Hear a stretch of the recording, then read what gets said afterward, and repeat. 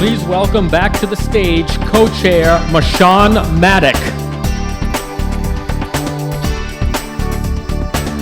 Hey everybody.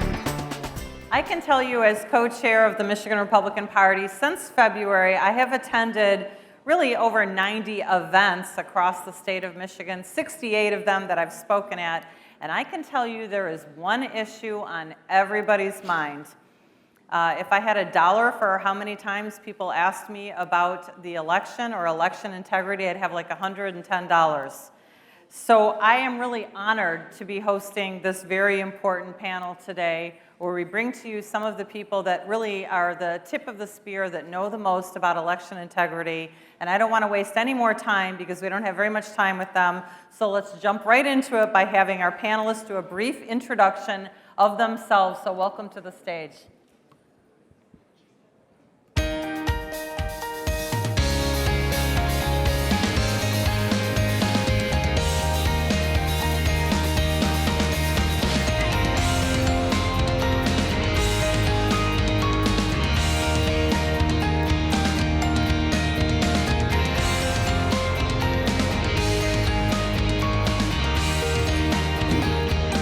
Okay, so we don't want to waste any time at all. We've got a ton to pack into this. So what I want to do is have each of you really quickly go through the line and introduce yourself and let us know why you're here. Let's start with Thor. Certainly, I had the privilege of serving as President Bush's National Election Council in 2004. I worked with Secretary Baker on the Carter-Baker Commission and had more election litigation experience over 30 years than I can probably recall. Thank you, Thor.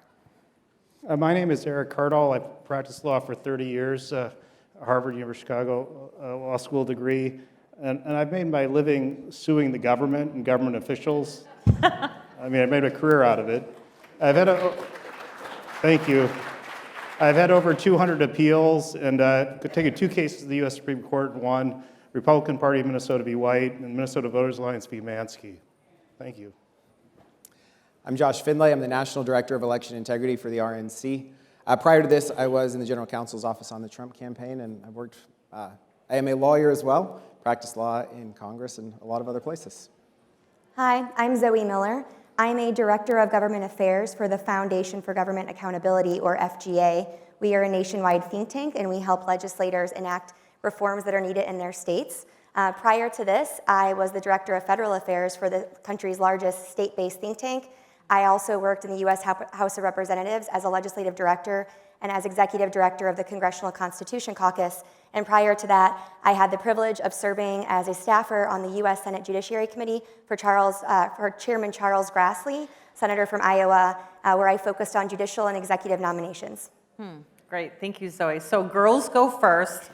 And this is a loaded question, but feel free to jump in, anybody else that feels like they need to add in. I'd like to know what you feel like are the top issues that need to be addressed right now with election integrity, the top. Well, it's not just what I feel, but our team of lawyers and public policy experts dug into this issue late last year. We looked at all 50 states and kind of came up with a diagnosis as to what the problems were across the country, why voters felt that they could no longer trust the democratic process, things that needed to change in their states, and basically to make it easy to vote but hard to cheat in their states. We came up with a menu of items that really fall into 6 categories. So obviously we want to ensure that there are clean voter rolls, that people who are eligible to vote are on the voters list, but people who are not on the list. We also want to secure voting by mail. Obviously, this last election cycle, that became a major issue, and there were various problems across the country that needed to be addressed, and so we've been working with legislators to help them analyze what's best for their states. We wanted to increase transparency. I know a lot of you have been deeply concerned with what happened in multiple states, and that the process itself didn't look like one that you could trust. So we were looking for ways that we could increase transparency and make sure that you, the voter, could see what was going on within your counting centers, making sure your ballots were secure, and ensuring that you knew at the end of the night on election night who you voted for and that was the end of it. Also, we wanted to promote accurate and fast ballot counting for the same reasons. It was also important to improve legislative oversight so that your legislators, your elected representatives, the people that you chose to represent you, got the final determination as to how things were conducted instead of unelected bureaucrats making those decisions for you, the voters. And then finally, we thought it was very important to prohibit the private financing of election offices. So many of you have heard about this issue, and I know one of my colleagues here is going to discuss it. Mark Zuckerberg, what we deem as Zuckerbucks, became a hot topic across the country through his funneling of money through a nonprofit organization that then used that money to give to local election offices across the country. And then that money was then used for things that it was not supposed to be used for, like get out the vote efforts, music videos in some states, and even the purchase of Ford F-150 trucks. Wow, seriously, I haven't heard that one. So Thor, this leads us perfectly into you. Zuckerbucks, I don't know if you've heard that term yet, but get used to it, you're gonna hear it. We've heard a lot about them, what they are, and how they are used. Please explain it. Certainly, and let me just make a prefatory remark real quick, because election integrity is critically important for us as passionate Republicans, conservatives, but it is an issue that transcends just our own partisan passions. Every American deserves to have confidence that the election was fairly and honestly run. That should not just be a partisan Republican issue. Unfortunately, Americans don't have that confidence in our elections because of the kind of things like the Zuckerberg money that's going on. What that scheme is basically four things. Think first flood. Try to flood the Democrat precincts, heavy Democrat precincts, with ballots, mail-in ballots, absentee ballots. The second thing what you do is the scheme would try to have it funded through private money going to local election officials. None of that is reported, or it won't be reported until certain tax filings of these organizations through which the funding was paid are disclosed. But it's not like campaign finance money where you know what it's coming from and where it's going. Then thirdly, harvest. Harvest those ballots, those mail-in ballots with ballot drop boxes, remote unintended ballot drop boxes. The Carter-Baker Commission was very concerned, very strong bipartisan consensus that you should not have anyone handling ballots, absentee ballots, mail-in ballots, that is not an election official, a postal worker, or an immediate family member. Because the minute you do that, what you're now doing is you're getting a pay-for-play process for ballot harvesting, which means every one of those ballots that should not have been cast by an illegal eligible voter, in fact, disenfranchises a legal eligible voter. So I said there were four things. First, flood. Second, fund. Third, harvest. And the fourth step in the Zuckerberg scheme was to hide. Hide it behind COVID.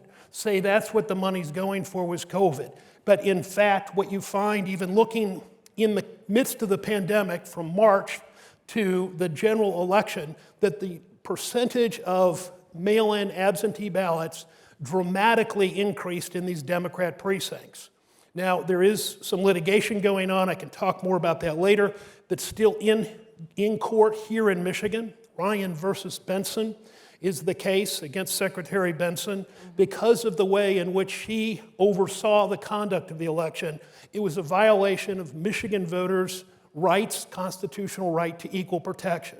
Michigan voters who lived in rural, more Republican precincts did not have the same access to the ballot that this private money created in heavy Democrat precincts.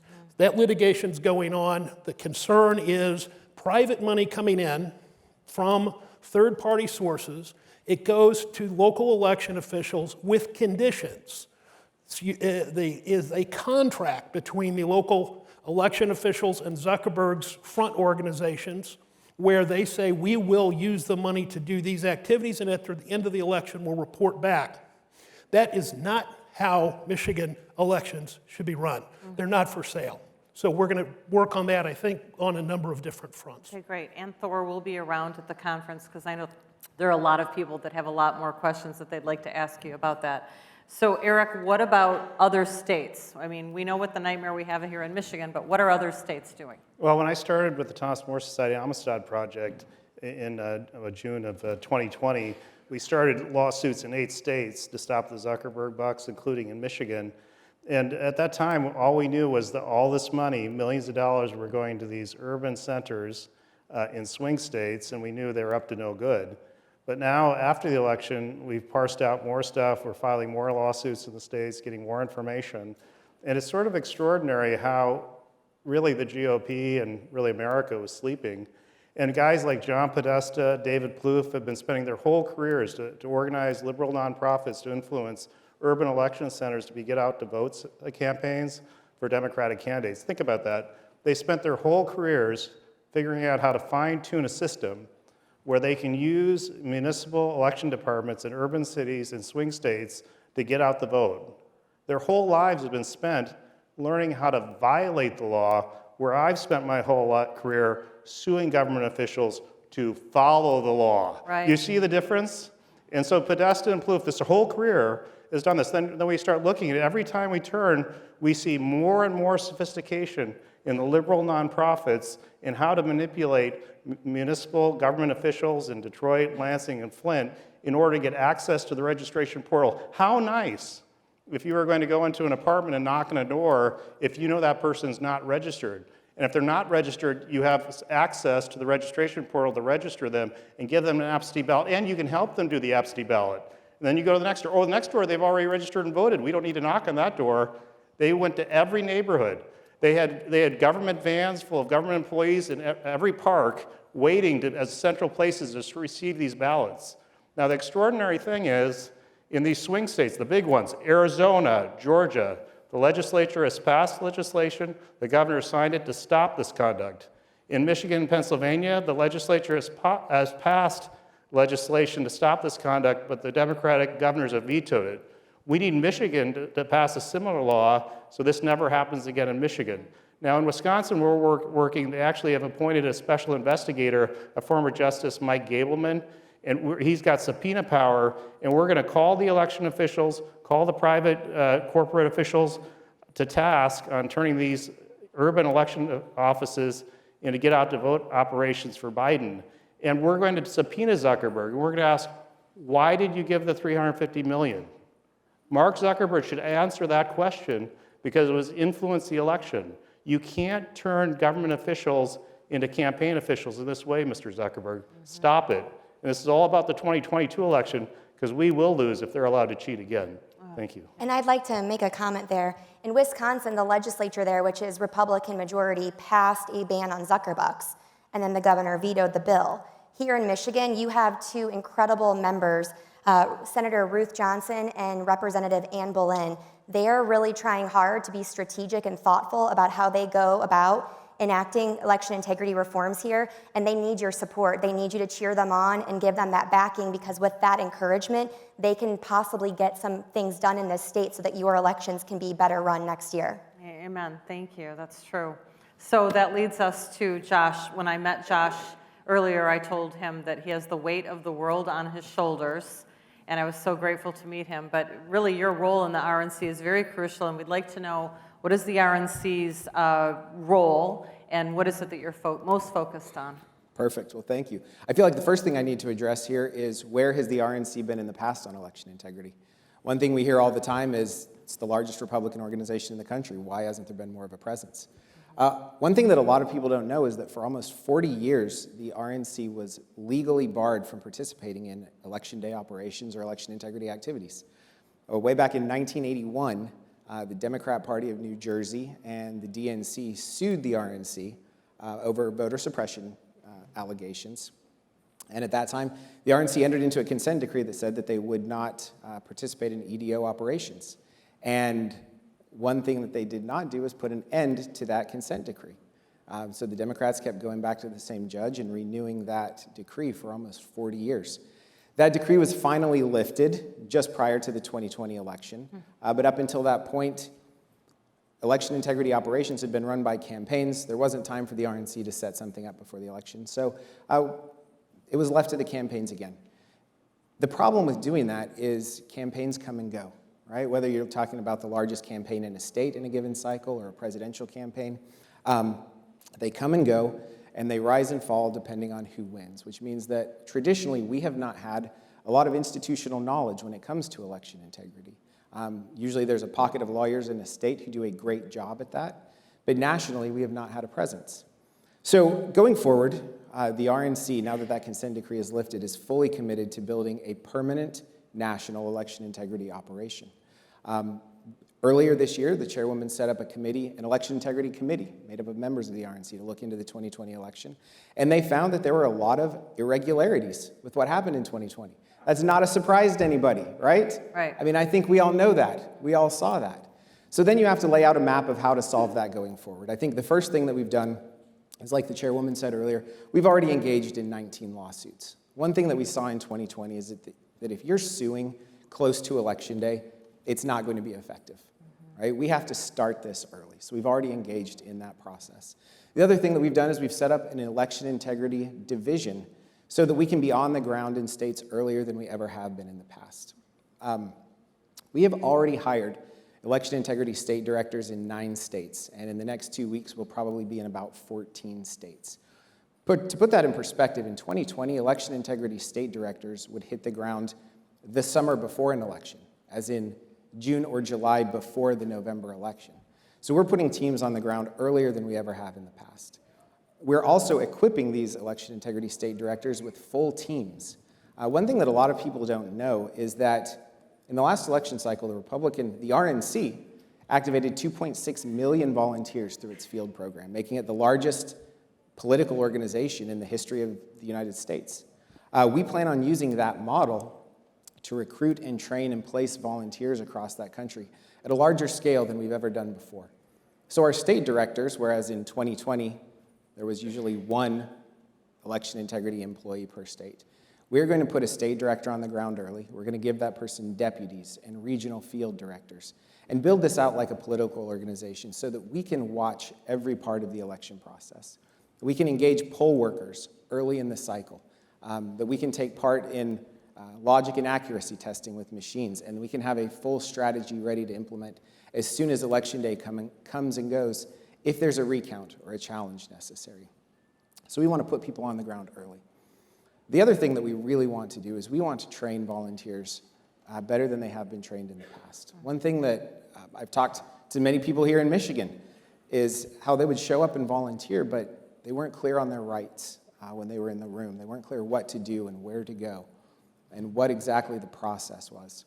By starting early, we want to provide state-based trainings that are customized by all of you, the leaders in election integrity in your states, so that we've got the best trained volunteer group on the ground that we can possibly have.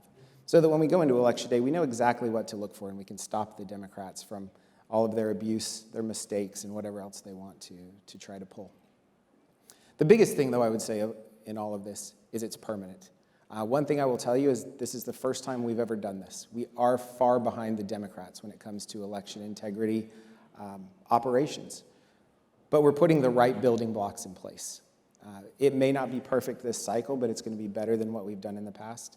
And we really are counting on you to provide the local expertise. The last thing we want to do is come in and try to tell you how to run local elections. We just want to provide more bodies, more muscle, and more resources to increase and augment what you're already doing. So we are very excited about this operation that we're building. Oh, that's great. I do have to laugh at you calling we're far behind the Democrats' election integrity.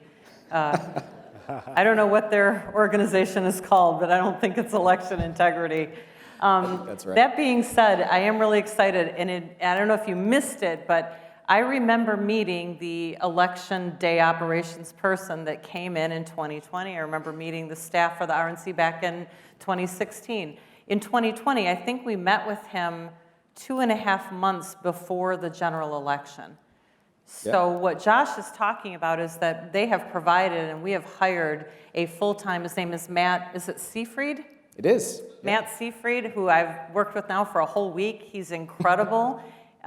Michigan is in his hands. He's off to an incredible start meeting with people, and really we're talking about 13 months out from the general election. We've already hired somebody that back in 2020 we only brought in 90 days before the election. So we are way ahead of the game, on top of it, and I feel really confident about that. I wanted to ask you, Thor, so I haven't read any of the language, but the Secure My Vote, which is a legislative initiative, includes in it a lot of what you were talking about. What exactly does that mean for Michigan? So it would be a historic and very important reform. It's patterned after, the language is patterned after the Carter-Baker recommendations. Photo ID is a requirement. That polls at about 80%. How can you be against photo ID? In fact, I didn't mention it when I introduced myself, but one of the more enjoyable opportunities I had in election litigation was I was hired by the Democrat Attorney General for Virginia, Don Herring, to defend Virginia's voter ID law because he couldn't, since he conflicted out, since he voted against it before he was Attorney General. But we won that case. We won that case in trial court. We won that case in the Fourth Circuit.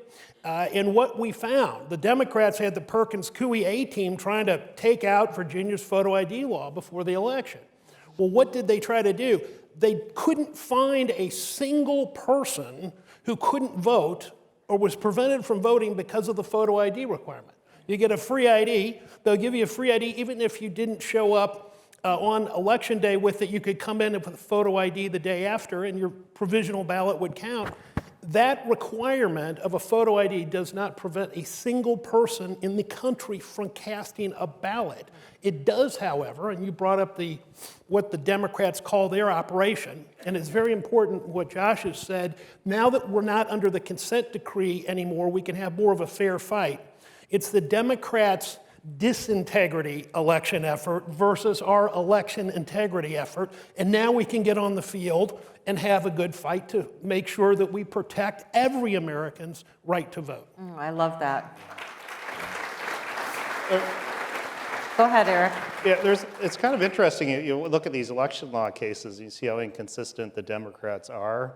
So in the Equal Protection Clause, every voter is supposed to be treated the same in every election. So the Obama campaign sues Ohio in 2012 and says, you can't give 3 extra days for military personnel in Ohio to vote. That's a violation of the Equal Protection Clause. And then they win. Well, right or wrong, you can say, well, okay, everyone has to be treated equally. But then they align this $350 million deal with the cities and Zuckerberg and all this money to give all this additional access to in-person voting and absentee voting to these targeted Democratic neighborhoods in these urban cities.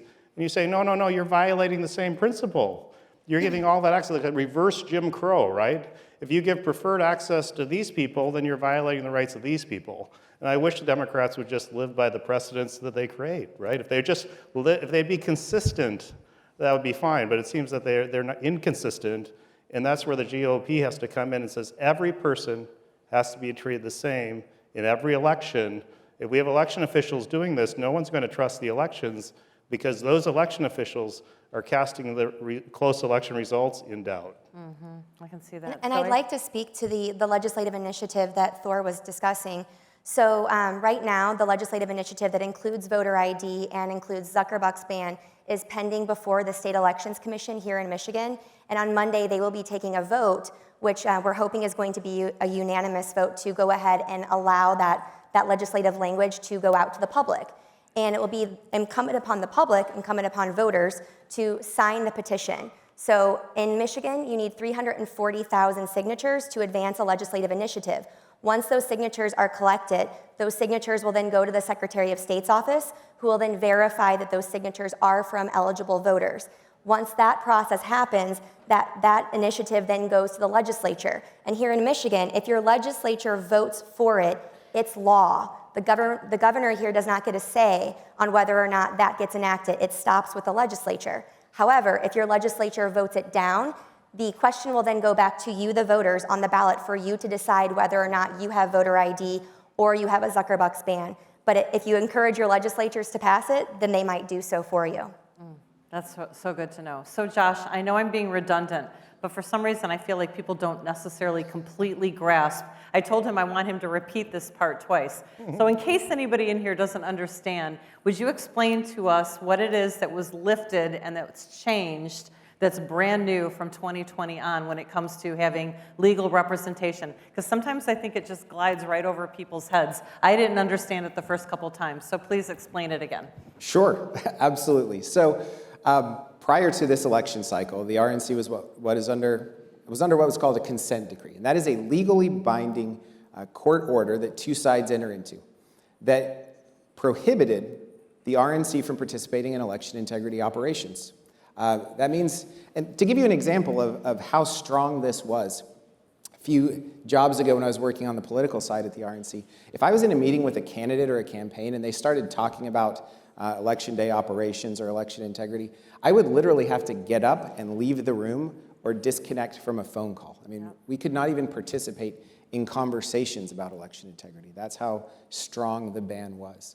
And what that did is it, like I said earlier, it made it so that we had no institutional knowledge that we could pass along. There was not one centralized operation that could run things. There was no continuous strategy to use throughout the states. Whereas the Democrats have been doing this for as long as we can remember. I'm from Georgia originally, and so I've seen Stacey Abrams and the way that she has sprung up all of her organizations up close. I've seen it up close and personally. And we are far behind when it comes to a national strategy, when it comes to third-party organizations getting involved. One thing I will say, though, is our new operations are making a big difference. This year, for example, we're engaging in our first races in Virginia and New Jersey, where they've got gubernatorial races. And it's been incredible to see the third parties that have popped up in Virginia and the way that we've been able to partner them. The example that I always like to use is they pop up and they do training, they recruit volunteers, they get people fired up. But in a lot of states, and Virginia is one of those, you have to be credentialed to be a poll worker, or a poll watcher, through the party, either through a county party or the state party. And one way we've been able to step in is provide the resources to these organizations to make sure that they're not duplicating and going into the same places, that all of their volunteers are properly trained with a minimum standard of training, and that they have got someplace to report issues to. The biggest victory that we have is that, the first day of early voting, there were 35 issues reported, I think. Lawyers responded to all of them right away. We have had no complaints on the ground about that process. And just to put that in perspective, as you know, in 2020, people didn't even know where they were supposed to report their issues when things would pop up, or they would report things and never get a call back. I mean, it was a huge problem. So the fact that we're able to test this out in statewide races now, we'll test them out in the primaries again. That means we'll have 2 full opportunities to test our national operations before the 2022 election, which is just unprecedented for the Republican Party. It's something that we're excited about. We've already trained 1,000 volunteers for the 2022 elections, let alone what we're doing already right now in 2021. And like I said, with this legal issue reporting system that we've got popping up, our network of lawyers involved will grow bigger than it ever has been. What we've got in Virginia right now is already very impressive. And so the early returns are very positive for this. And now that that consent decree is lifted, I think we're going to see a whole new level of professionalism and excellence when it comes to election integrity. Well, that is wonderful news. I can tell you that our grassroots vice chair, Marion Sheridan, recruited almost 800 people during the 2020 cycle, and I know that she's already out there recruiting hundreds more. We're going to have an army of people waiting to be well-trained for the 2022 election, so we're grateful. One of the reasons I love having these 4 people on the panel, just in conclusion, I'd like you to each say one last thing, is that we have a lot of people talking about this issue, and I like to say that we can walk and chew gum at the same time, because we do have to focus on the next election, and we have very smart people. This is just a handful of them, that this is their passion and this is all they do. This is all they're working on. So each of you just wrap up in conclusion. Anything you'd like to share? Zoe? Well, I just want to say, having been out in the states and talking to so many of you, please know that there's hope right now. A lot of legislators across the country are awake. They want to make sure that your election processes are functioning smoothly, and they need you to stay involved and stay committed to the process. Encouraging them and talking with them and letting them know what matters to you is half the battle. If we don't have a convicted and an engaged constituency, if we, the voters, don't talk to our representatives, they don't know what to do. They need your help, they need your input, and sign up to be poll workers. Sign up to get involved in your local elections and make sure that you can be the change in your communities that will have the biggest impact in your states. Mm-hmm. Get involved. I've got to echo what Zoe said. Get involved. One thing I did for the Trump campaign, I ran the president's legal war room out of the White House. So my job from 4 o'clock in the morning on Election Day to 4 o'clock the next morning on Election Day was every 15 minutes give the president a report of what was happening across the country. I feel like I saw the issues coming in real time better than anybody. We know the problems with 2020. Get involved. We've got to solve them going forward. We can't just sit back and let the Democrats keep doing what they were doing. There are organizations that you can get involved in. We hope that the RNC is an organization that you'll get involved in. We want to earn your trust. We can't do this without you. Amen. You are the experts. Let us know what we can do, but please get involved. Eric? I think Michigan needs to catch up on the Zuckerberg issue. Wisconsin, they've legislated, they're investigating. We're getting to the bottom of what they did in the Wisconsin 5 cities, Kenosha, Racine, Green Bay, Madison, Milwaukee. We need to investigate and legislate here so Zuckerberg can't influence the election. These liberal nonprofits are still out there. Soros is pumping money in them. Zuckerberg is. They just won the presidential election. They're going back to the donors saying we can do it again in Flint and in Detroit and Lansing. And so we got to stop them. And the only way to stop them is investigate and legislate. And the grassroots can make that happen. That's right. You got to talk to your legislators, talk to your district attorneys, talk to your, whatever representatives and so forth. You can do it, but we got to do it. We're the only ones left. We're trying to basically save the soul of the country. You lose your elections, lose control of the elections, it's over. The billionaires that come after your elections in Michigan, and they just won and they're encouraged. We have to get out and stop them. I can reassure you that we have a grassroots that is very active in communicating with their legislature, right? Thor, wrap it up. You've got a minute and a half. And I would say, I would echo what everyone has said about your role being involved in the future elections. Michigan has an awful lot to be proud of. It's particularly proud of its citizens. And it deserves better than some of the scandals that are trying to be perpetrated in Michigan by a California billionaire who wants to drop $400 million trying to determine the conduct of your election. It's your elections. The elections in Michigan should not be up for sale to Zuckerberg or any other interest. You have to take ownership of it, and the way you do that is exactly what everybody has said, and that is get involved, stay involved, encourage others. You don't need to be a lawyer, but we need you out there. That is critical to keep these elections safe, fair, and honest. Well, thank you to all four of you, and I know you have an army of people behind you. God bless all of you, and thank you so much for being here in Michigan and sharing this with all of us. Thanks, everybody. Really impressive.